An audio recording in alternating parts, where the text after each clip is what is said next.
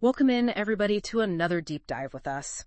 We have a really, really interesting case today.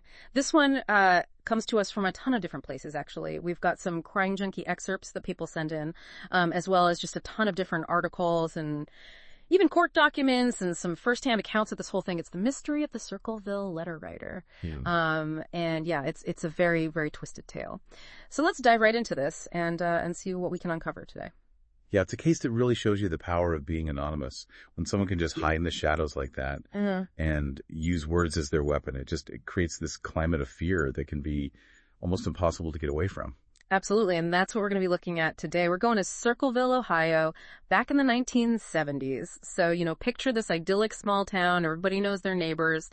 But there are these secrets and resentments that are kind of bubbling under the surface. Yeah, and those kinds of places, those seemingly peaceful settings, can be even more unsettling when something like this happens. Because it makes you question all those assumptions you have about safety and familiar surroundings, Right. And that's exactly where our story begins, with Mary Gillespie. She was a school bus driver.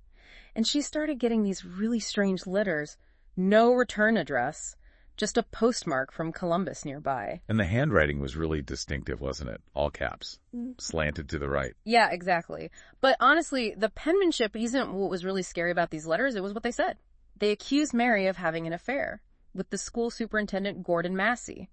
And it went even further than that. The letters actually threatened her and her children. They weren't just messing around either. The writer knew exactly how to make it hurt. Targeting Mary's family like that just amped up the fear. The pressure. And they even included Gordon's home address in one of the letters. It's like they wanted to drag him into it even more. Oh, yeah, for sure. Classic manipulation tactic, right? Trying to turn them against each other. So those seeds of suspicion and distrust. Absolutely. And it wasn't even just Mary and Gordon who were targeted. The letters started going everywhere in Circleville. Churches, businesses, the local newspaper even. Random residents. It's like the writer wanted to poison the whole town. Yeah, that widening of the circle, that's really a key part of this whole thing. Yeah. It suggests that the writer had more going on than just a personal vendetta. They were really trying to just totally disrupt the whole social fabric of Circleville. It's like they wanted to just watch the whole town fall apart. Yeah. And it didn't even stop with letters. They actually started putting up signs all over town, too, publicly shaming Mary and Gordon with these really lurid accusations. Wow. Can you imagine living in that kind of environment? You're constantly looking over your shoulder, wondering who's behind it, if you're going to be next. That fear must have been just suffocating. Absolutely. Mary and her husband, Ron, actually went to the police about it, hoping to stop the writer somehow. But it seemed like the more they tried to fight back, the worse the harassment got. The letters kept coming, and the writer would even taunt them about their attempts to stop it, mentioning things they did or places they went. Oh, it's awful. And the police not being able to stop it probably made them feel even more helpless, like the writer had total control over them. Yeah, I think you're right. And unfortunately, this is where the story takes a really, really tragic turn. On the night of August 19th, 1977, Ron got a phone call.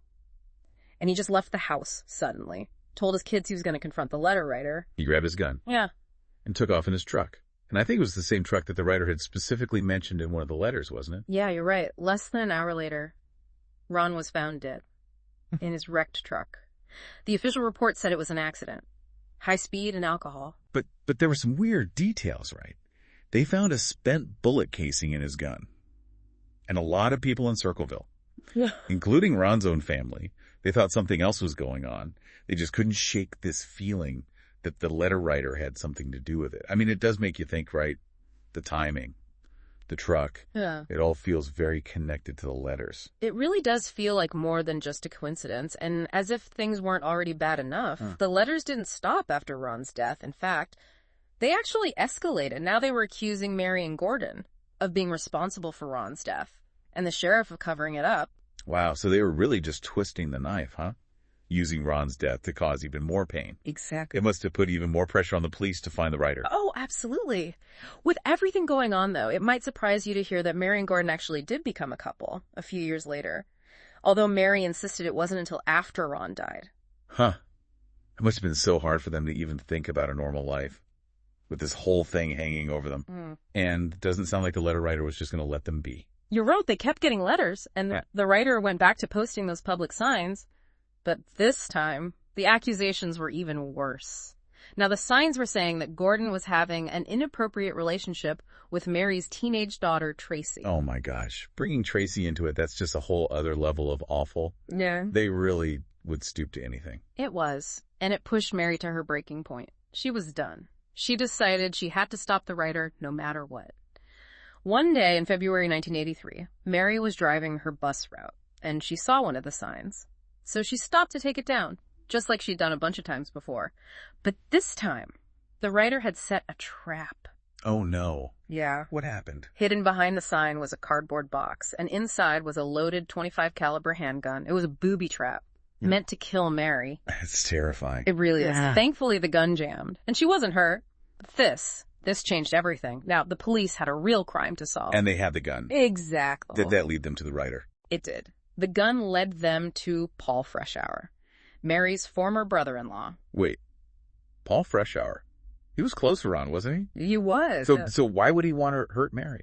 That's what's so strange about it. Right. The police brought him in for questioning, and after failing a bunch of polygraph tests, he admitted to writing some of the letters. Those polygraph tests aren't always reliable, though, are they? You're right to be skeptical. And even though he confessed to writing some of the letters, Paul insisted he didn't have anything to do with the booby trap. But the police didn't believe him. They searched his house. But they didn't find anything that really connected him to the gun.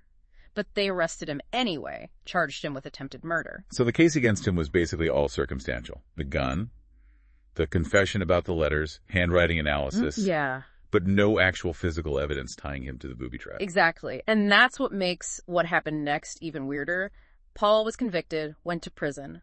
But the letters didn't stop. Wow. They kept going, same targets, including Paul himself. So if he was in prison, how could he still be sending the letters?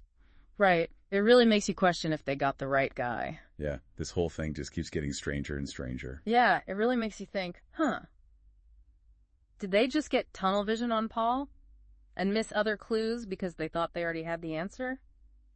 It's definitely possible. And when you look back at the case, there were some other people they could have looked at more closely. Like there were those rumors about Gordon Massie's son, William. Some of the later letters were even signed with his name, though it seemed like someone was just trying to frame him. Oh, so even more manipulation from the writer, trying to throw the police off the scent. Exactly. And then there was Mary's ex-boyfriend, David Longberry, the guy she thought was writing the letters at first. After he came on to her, he disappeared from town not long after all this started. That's interesting. Yeah. Adds another layer to this whole thing, doesn't it? Yeah. And speaking of unanswered questions, there's also Paul's ex-wife, Karen.